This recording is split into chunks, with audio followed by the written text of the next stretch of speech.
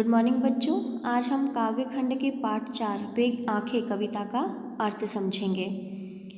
अंधकार की गुहा सरीखी उन आँखों से डरता है मन, भरा दूर तक उनमें दारुण दैन्य दुख का नीरव रोदन। वह स्वाधीन किसान रहा, अभिमान भरा आँखों में इसका, छोड़ उसे मझधार आज संसार कगार सदृश बह खिसका।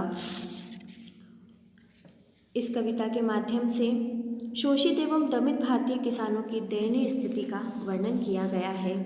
हैरान परेशान किसान की व्यथा का मार्मिक चित्रण करते हुए कवि कहते हैं कि दुखी किसान की आंखें किसी गहरी अंतहीन गुफा की तरह दिखती है, जिसमें दूर दूर तक गहन अंधकार छाया हुआ है। ऐसी आंखों को देखकर मन में एक अज्ञात सा भय अनुभव होता है। किसान की पीड़ा, उनके कष्ट, उनकी सूनी बेजान निराश एवं थकी आंखों में झलकता है। यह पीड़ा इतनी अधिक है कि उनकी आंखों में देखने तक का साहस नहीं होता।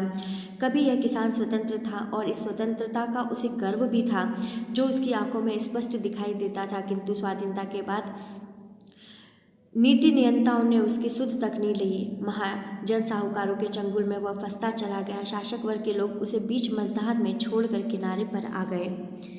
लहराते हुए क्षेत्रों में हुआ बेदखल। अब जिनसे हंसती थी उसके जीवन की हरियाली, जिनके तृण तृण से आंखों ही में घुमा करता, वह उसकी आंखों का तारा कारकुनों की लाठी से जो गया जवानी में ही मारा।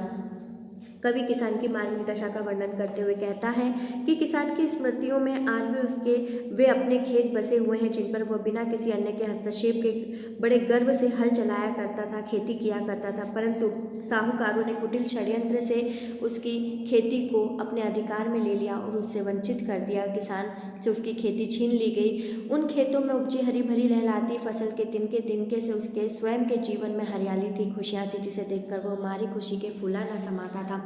परंतु अब सब कुछ खत्म हो गया। किसान का वह एकमात्र बेटा, जो उसकी आंखों का तारा था, अत्यधिक प्यारा था, उसकी छवि उसकी सुनी आंखों में घूमती रहती है। निर्दयी जमींदार के आदमियों ने भरी जवानी में उसके बेटे को लाठियों से पीट पीट कर निर्दयतापूर्वक मार डाला। अपने बुढ़ापे की लाठी को यूं असमय स्वयं से छिनता हुआ देखकर किसान का हृदय विदीर्ण हो उठा है। बिका दिया घर द्वार महाजन ने, न ब्याज की कौड़ी छोड़ी, रह रह आंखों में चुभती वह कुरकुही बरधों की जोड़ी। उजरी उसके सिवा किसे कब पास दुहाने आने देती, आंखों में नाचा करती, उजड़ गई जो सुख की खेती। तत्कालीन जमींदारों और महाजनों के शोषणों की अनंत गाथा का चित्रण करते हुए कवि बताते हैं कि महाजन ने मासूर की तरह विकराल विशाल होती गई ब्याज के नाम पर सीधे साधे किसान का घर द्वार सब कुछ बिकवा दिया। साथ ही कर्ज को चुकाने के क्रम में उसके प्रिय बैलों की जोड़ी को भी महाजन ने नीलाम कर दिया। आज भी किसान की आंखों में अपने उन प्रिय बैलों की छवि बसी हुई है, जो उसकी आंखों में रह रहकर चुभती है। अचानक किसान को अपनी अति प्रिय सफ़ेद गाय उजरी को याद आ जाती, जो दूध दोहने के लिए किसान के अलावा किसी और को भी अपने पास नहीं आने देती थी। मगर दुष्ट और निर्दयी महाजन ने उसे भी कर्ज के नाम पर नीलाम करवा दिया। इस प्रकार एक एक करके उसकी सभी प्रिय वस्तुएं उसके साथ से चली गई, उसका साथ छोड़ती चली गई। हाय बेचारे किसान का सुखमय संसार महाजन के शोषण और कर्ज के दुष्ट चक्र के कारण आज पूरी तरह उजड़ गया। पुराने सुखमय दिनों की स्मृतियां आते ही उसकी आंखों में करुणा एवं पीड़ा के भाव उभर आते हैं। बिना दवा दर्पण के घरनी स्वर्ग चली आंखें आती भर, देख देख के बिना दूध मुही बिटिया 2 दिन बाद मर गई। घर में विधवा रही पतोहू लक्ष्मी थी, यद्यपि पति खातिन पकड़ मंगाया कोतवाल में, डूब कुएं में मरी एक दिन।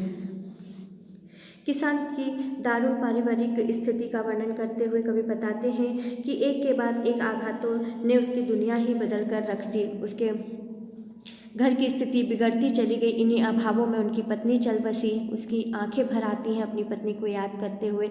उसका हृदय चित्कारने लगता है। माता के वात्सल्य व ममता भरी देखभाल के अभाव में नन्ही सी दूध मोह बेटी ने भी 2 दिन में अपने प्राण त्याग दिए।